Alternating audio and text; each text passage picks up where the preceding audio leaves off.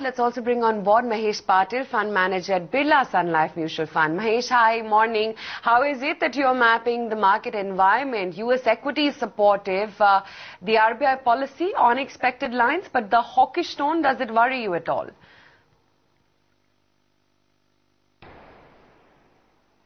Yeah, as you rightly said, the RBI policy was on expected lines.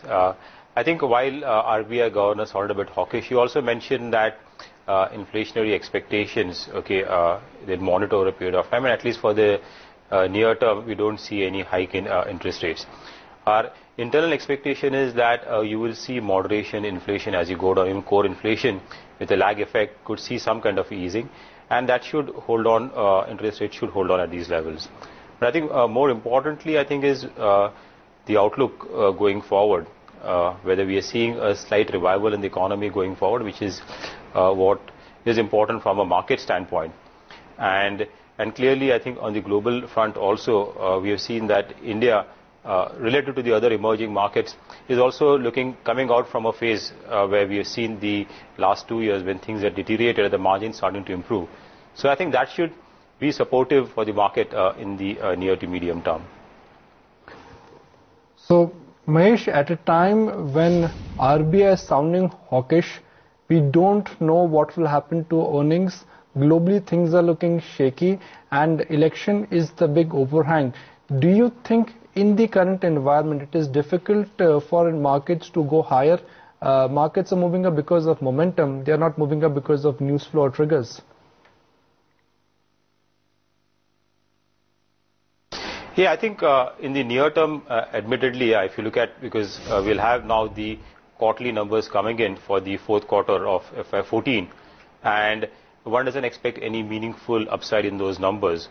So I think clearly from a fundamental standpoint, one doesn't see any triggers. And I think the market we've seen a sector rotation also. The broader market, while it has moved up a bit, we have seen pressure on sectors like IT, pharma, because of rupee has appreciated, and some of the cyclical sectors have done well. So I think that sector rotation will continue. That should keep the market upside in check for some time. But I think clearly, despite the run-up what we have seen in the recent time, I think if you take a medium to long-term view, next 2 to 3 year view, clearly we are in a phase where we are seeing a cyclical recovery. And that's what I think investors should be looking at rather than looking at the recent run-up in the market. So Mahesh, let's talk about from now up until next month, which is when we are going to see a clear verdict in terms of the election outcome. Does it seem like the market is going to go one-way move and that is going to be up, or do you think it could be a volatile and bumpy ride ahead?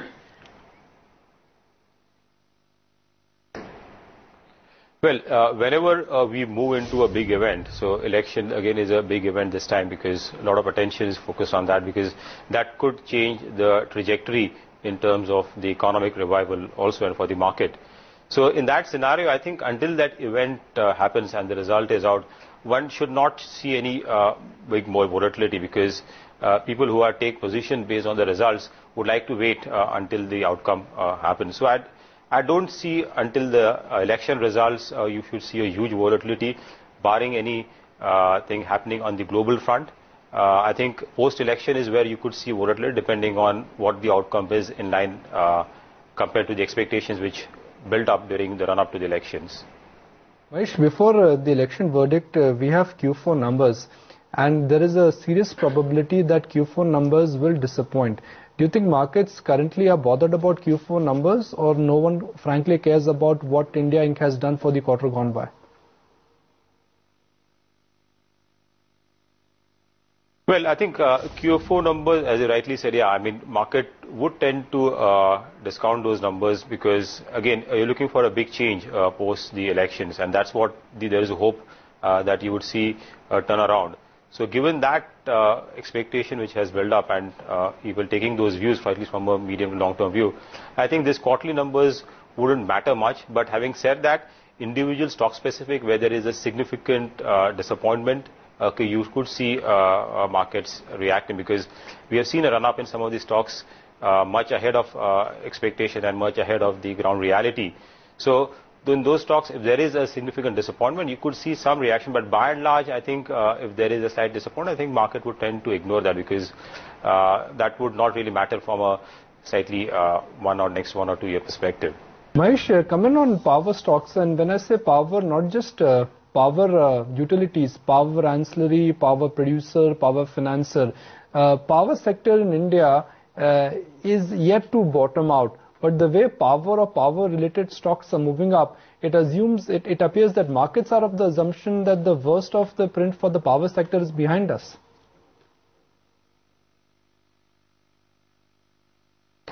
Well, on the power sector, I think the key challenge has been, we have seen linkage issues, availability of fuel has been one problem.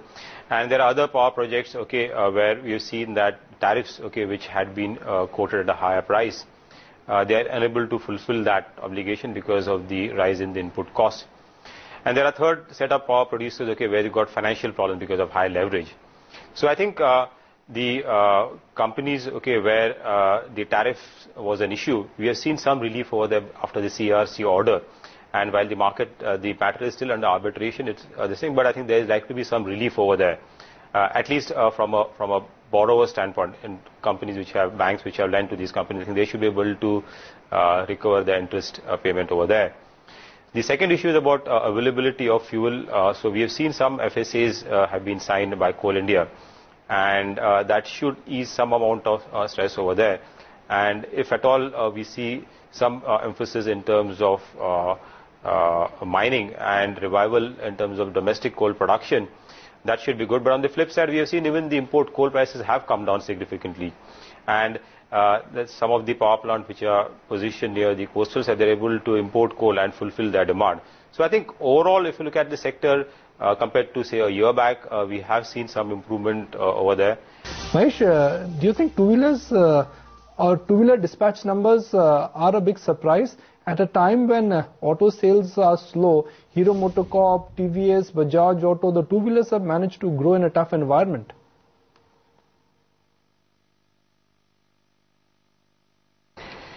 Yeah, I think two-wheelers, we have seen, again, this sector has also seen a slowdown. We have seen almost like 1.5 years where the sales have been flat for the industry as a whole. And we have seen some size of revival. We have seen the excise duty cut, which was done a couple of months back.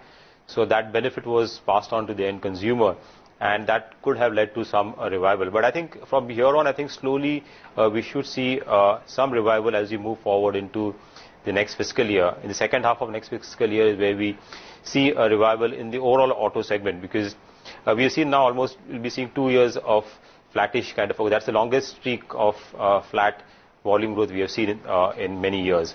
So I think as confidence comes back, we should see a revival overall across two-wheelers and across passenger cars. Mahesh, what is the sense that you're getting? Anything out of this basket that you like, and does it feel like before the news is going to happen, these stocks would have already run up a fair bit and priced in everything? Well, I think there's a kind of a mixed opinion, on companies or companies which are going to get banking license, because in the initial period, it will be a bit dilutive in terms of ROE because of the kind of obligations they will have to meet, both in SLR, CRR, and the priority sector obligations.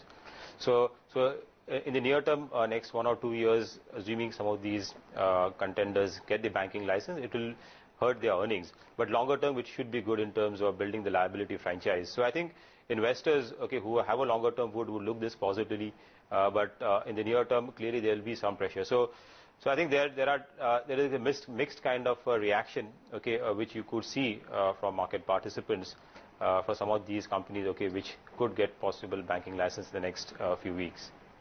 Mahesh, but in general, are new bank license bad news for banking sector per se? New bank license means more competition, more market share fight, perhaps a pressure on NIMs, and maybe the new companies could go all out when it comes to grabbing market share.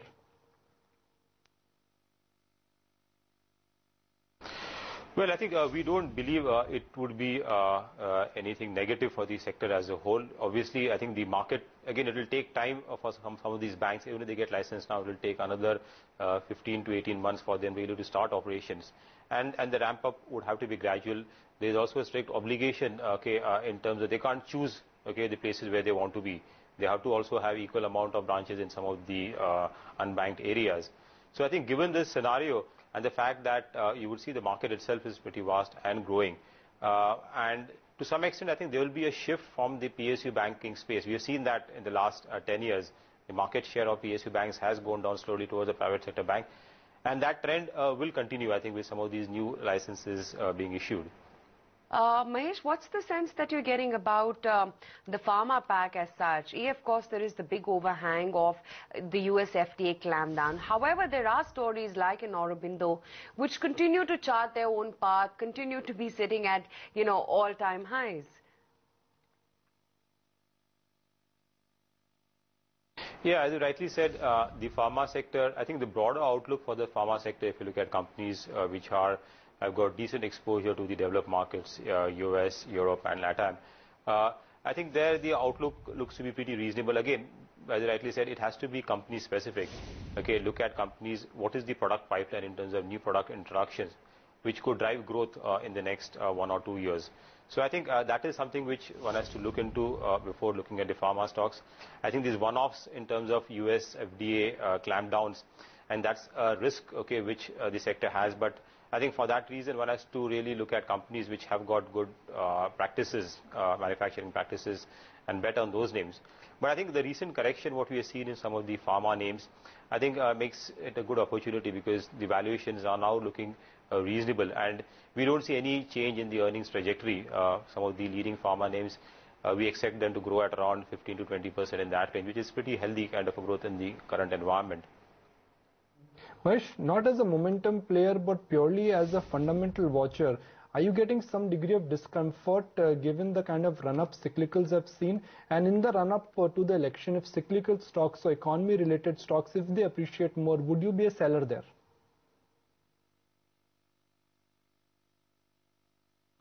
Yeah, again, when you're playing some of the cyclicals, okay, you have to take a slightly longer term view. Agreed, I think in the initial phase, I think we have seen a big run-up in some of these stocks. But if you believe that you would see we are at the bottom of the cycle and you see a slow cyclical recovery from here, and the election outcome could accentuate that or accelerate that kind of a pace of recovery, then I think one has to still stick on to some of these names, because getting entry and exit in some of these stocks, some of the mid-sized cyclicals is very, very difficult. We have seen the impact cost is very high. There is not much of liquidity. So I think while one wouldn't jump to buy at these levels, but clearly where we have been positioned in some of these names early, we would like to hold on, carry on to play the whole cycle rather than trying to make an early exit. Mahesh, what's the sense that you're getting about telecom? Because, the street seems pretty split and divided on the prospects of telecom. Some feel that the worst is now over and some would rather stay away because of the regulatory hurdles which keep coming now and then.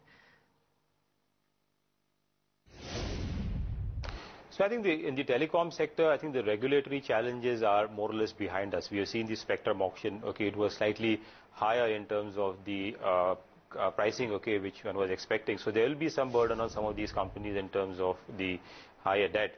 But I think clearly there was some concern about the competitive intensity, whether you could have another Reliance Jio coming in. But that will take some more time. I think in the interim, I think the call is whether the increase in spectrum cost would be passed on in terms of tariff hikes. If that happens, then it could be good for some of the telecom stocks in terms of improvement in their revenue per minute. And we have seen some hikes, I think a couple of days back, one of the leading telecom players increased tariffs in Mumbai circle. So if that happens across the country, I think that could be for earnings driver, at least from a near to medium term perspective. Mahesh, give me a flavor of some group or some stocks which you are happy to own irrespective of the election outcome, and you are committed to maintain your exposure there.